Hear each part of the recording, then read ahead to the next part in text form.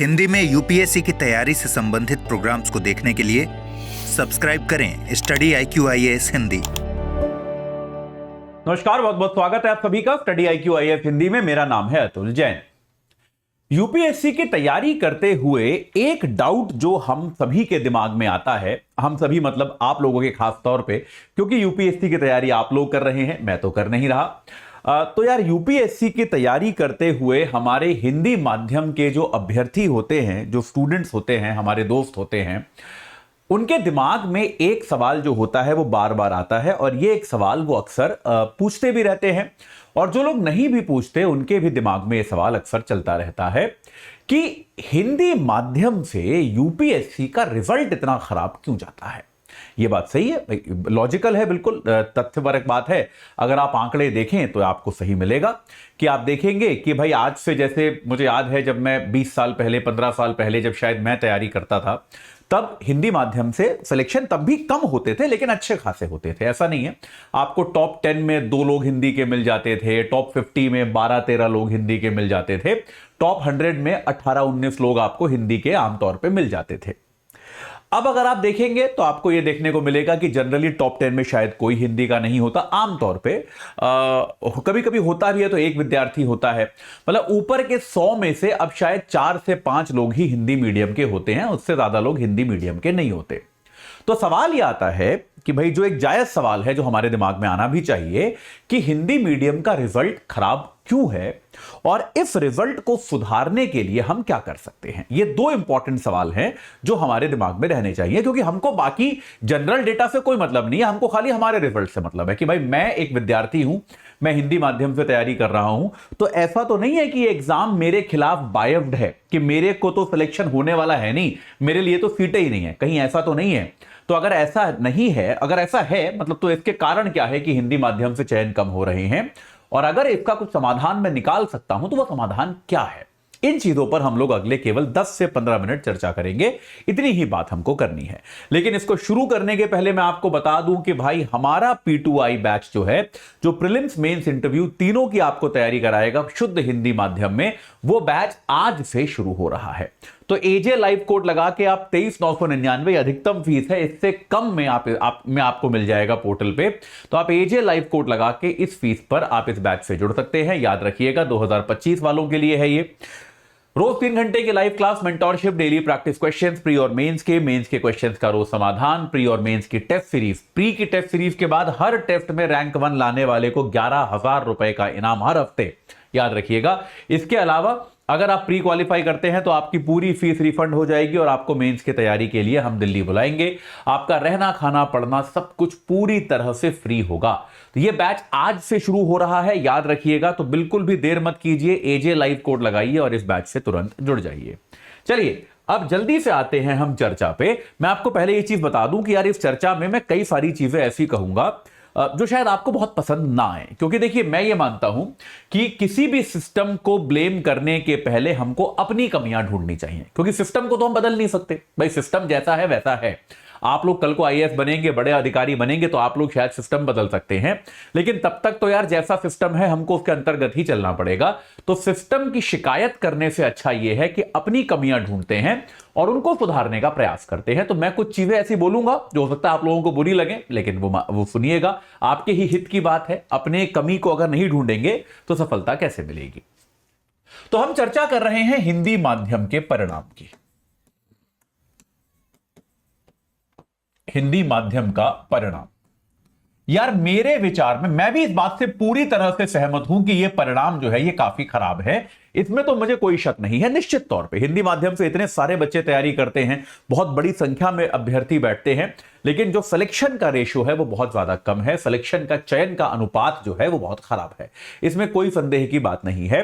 तो अब इसके अगर मैं कारणों का एनालिसिस करने बैठूं तो मेरे पास, मैंने ऐसे कोई बहुत डिटेल्ड सर्वे नहीं किया है, मैं कोई देश भर में घूमा नहीं हूं अभ्यर्थियों से बात करता हुआ, लेकिन जो 2-3 चीजें मैं आपको बताने की कोशिश करूंगा वो मैं इसलिए बताता हूं, वो मैं उसका आधार होगा कि जो मेरी अलग अलग भाषाओं के अभ्यर्थियों से बात हुई है। क्योंकि स्टडी आईक्यू में यहीं पर मैंने हिंदी माध्यम के भी बैचेस लिए हैं और बाइलिंगुअल नहीं, इंग्लिश मीडियम के भी बैचेस मैंने लिए हैं। हमारा एक प्योर इंग्लिश का बैच भी चलता है, मैं वो भी लेता हूं। तो इन दोनों अभ्यर्थियों से जो बातचीत करके मेरे अनुभव हैं उनके आधार पर मैं बताता हूं।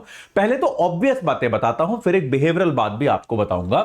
तो पहली ऑब्वियस समस्या जो हिंदी माध्यम के अभ्यर्थियों के साथ होती है वो आती है सीसैट की। और यार ये ना बहुत ज्यादा इग्नोर्ड भाग है इस परीक्षा का, इस पर यार आपको ध्यान देना शुरू करना पड़ेगा। हिंदी माध्यम का जो अभ्यर्थी होता है, भाई आप इस बात को समझिए ना कि मतलब हमारे ज्यादातर बच्चे, और ये फैक्ट है सभी संस्थानों का, अक्रॉस संस्थान जो मेरे मित्र हैं मैं उनसे बात करता हूं कि भाई आपके संस्थान में कैसा रहा, तो वह सब वही बोलते हैं कि अंग्रेजी माध्यम वालों का ठीक ठाक चला जाता है, हिंदी मीडियम वालों का सीसैट का तो प्रॉब्लम है ही है।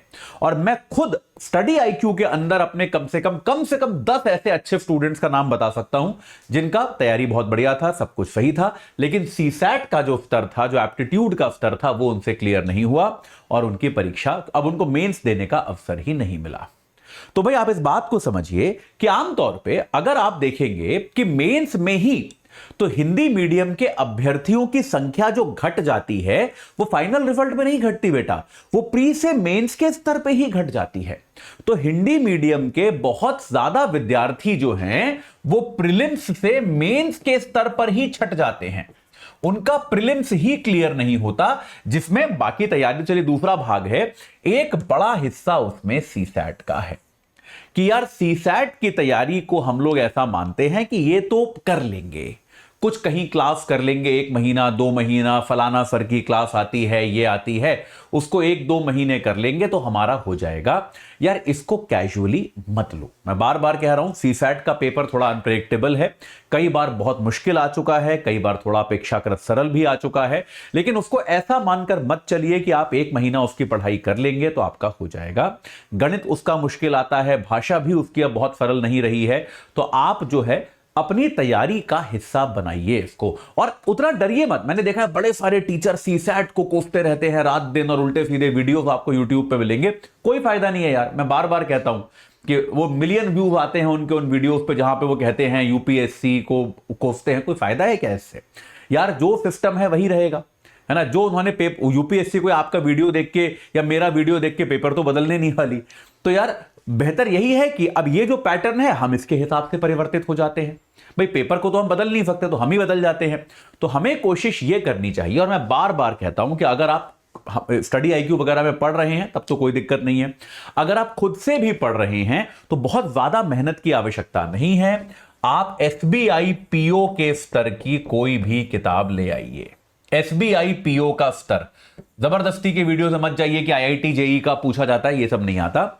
एसबीआई का पीओ का एग्जाम जो आता है उसका जो एक स्तर है वो आमतौर पे अब यूपीएससी पूछ लेती है, जो कि अच्छा खासा मुश्किल है। एसबीआई पीओ के स्तर की कोई एक किताब ले, कोई सी भी एक पब्लिशर की एक किताब, और आपको टारगेट ये करना है कि प्रीलिम्स के पहले आपको ये किताब खत्म करनी है। जैसे आप अपनी लक्ष्मीकांत करते हैं या रमेश सिंह करते हैं या बाकी किताबें करते हैं, वैसे ही आपको ये एक किताब खत्म करनी है। अगर आप इतना कर लेंगे तो आप सीसैट में नहीं रुकेंगे, ये तय है। लेकिन मैं दावे के साथ कह सकता हूं ज्यादातर बच्चे नहीं करते। तो पहला प्रॉब्लम आपका ये आता है जो होता है सीसैट का, ठीक है। पहली समस्या है सीसैट। दूसरी समस्या जो मैं आपको बताऊं यार, और ये एक बड़ी इंपॉर्टेंट समस्या है, क्योंकि आप में से बहुत सारे लोग जो हैं मेरे को आंसर लिख के भेजते हैं। हालांकि मैं ज्यादातर का जवाब दे नहीं पाता, उतना समय नहीं मिलता मेरे को चेक करने का, मन बड़ा करता है। अक्सर मैं रात को सोने के पहले आप लोगों के आंसर पढ़ता भी हूं कि भाई क्या लिख रहे हैं बच्चे, आजकल क्या विचार चल रहे हैं। मैं रिप्लाई नहीं कर पाता बहुत ज्यादा को, लेकिन तब भी मैं यार जो आंसर पढ़ता हूं यार, उसमें लेखन की अशुद्धियां कितनी ज्यादा हैं भाई। और यार ये मतलब क्यों हो रहा है, क्या है ऐसी समस्या कि लेखन की इतनी अशुद्धियां। देखिए हिंदी एक लिखने में थोड़ी जटिल भाषा है, इस बात को समझिए। अंग्रेजी अपेक्षाकृत लिखने में आसान है, 26 लेटरों की ही वर्णमाला है, मात्रा वात्रा जैसी कोई चीज नहीं होती, ठीक है। श लिखने का एक ही तरीका है अंग्रेजी में, SH। हिंदी में श 3 तरीके के हो सकते हैं, श, आधा श, षटकोण वाला श। तो भाई ये याद रखिए, ऐसे हिंदी मीडियम के बच्चे जो कि उत्तर भारत में रहने वाले हैं, वो हिंदी बोल तो बढ़िया लेते हैं, लेकिन जब वो हिंदी लिखने पे आते हैं यार, वो इतनी घटिया हिंदी लिख के भेजते हैं कि वो लेखन की अशुद्धियां, एक तो शाब्दिक गलतियां होती हैं उसमें, जैसा आपको मैंने बताया, और दूसरा यहां तक कि व्याकरण भी गलत होता है। मतलब एक वाक्य जो आपको फ्रेम करना है कि भाई मान लीजिए कि आपसे पूछा गया है कि जीडीपी का विकास ही देश के विकास को परिलक्षित नहीं करता, तो आप मतलब आपको बताना है ना कि जीडीपी के विकास, माफ कीजिएगा, एक विकसित जीडीपी के बावजूद देश की जनसंख्या का एक बड़ा हिस्सा इस विकास से अछूता रह सकता है, यह आपको लिखना है। आप जानते हैं बच्चे कैसे कैसे लिख के भेजते हैं इस बात को, जीडीपी बढ़ गया तो क्या, बहुत लोगों को फायदा मिलता नहीं। मुझे इस तरह की भाषा में लिख के उत्तर भेजते हैं, जबकि मैं मानता हूं मेरे को भेजने के पहले एक आध बार तो आप पढ़ के देखते होंगे भाई टीचर को क्या भेज रहा हूं। लोग मुझे इस तरह की भाषा लिख के भेजते हैं जहां पे व्याकरण का कुछ अता पता नहीं है, और मतलब अछूते में अछूता, अछूता को कैसे लिखते हैं लोग, अछूता। मात्राओं की इतनी गलतियां मेरे को देखने को मिलती हैं यार।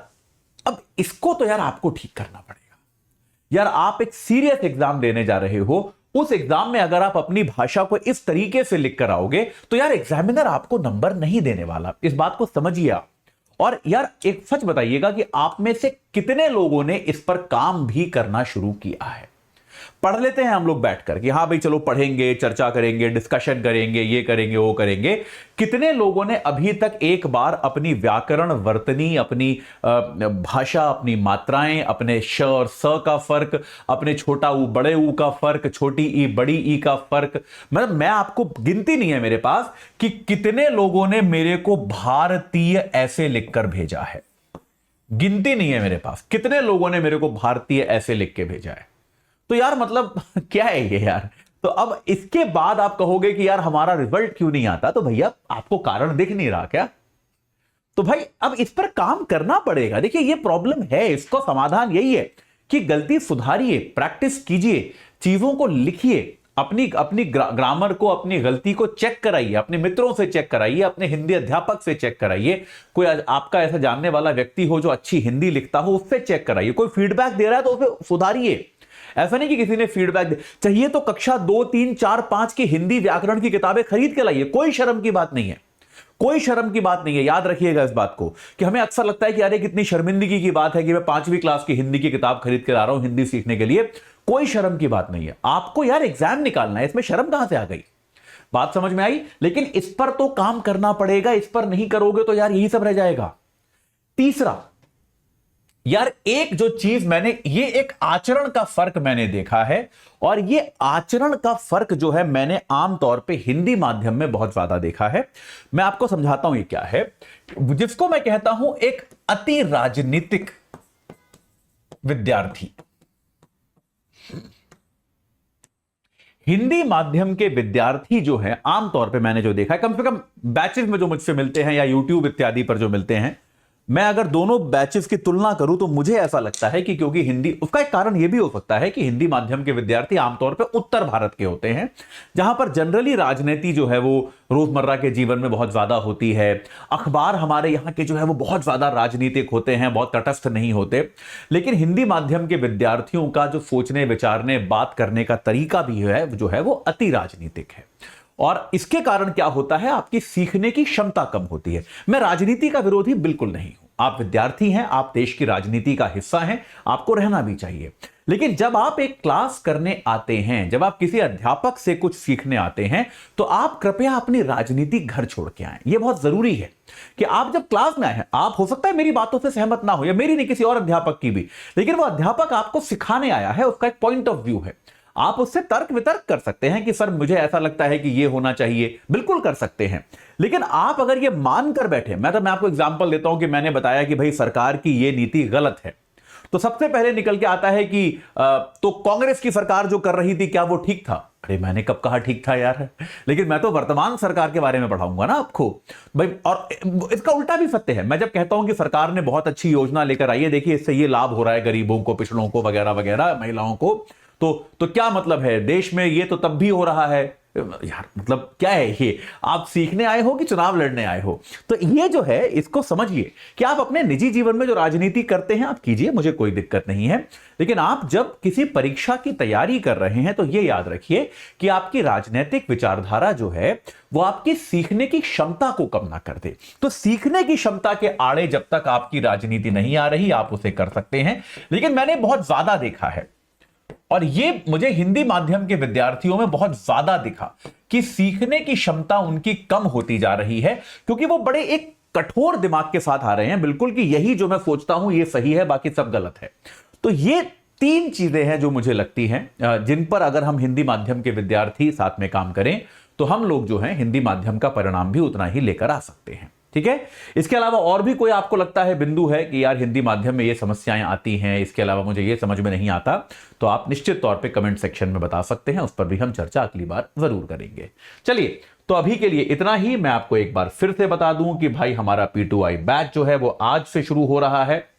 AJ लाइव कोड लगाइए, तुरंत जुड़ जाइए। प्रतिज्ञा प्लस बैच है। प्रतिज्ञा बैच तो आप जानते ही है, यानी कि अगर प्री क्लियर हुआ पूरी फीस रिफंड, ये है प्रतिज्ञा। प्रतिज्ञा प्लस क्या है? इसके अलावा 37 टेस्ट होंगे इस बैच में। हर टेस्ट में जो पहली रैंक लाएगा उसको 11,000 रुपए दिए जाएंगे।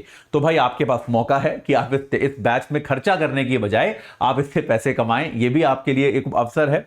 तो भाई इस बैच से AJ लाइव कोड लगाकर तुरंत जुड़ जाइए, आज से ही बैच शुरू हो रहा है। ठीक है, चलिए, इस चर्चा से जुड़ने के लिए आप सभी का बहुत बहुत धन्यवाद। हिंदी में UPSC की तैयारी से संबंधित प्रोग्राम्स को देखने के लिए सब्सक्राइब करें स्टडी IQ IAS हिंदी।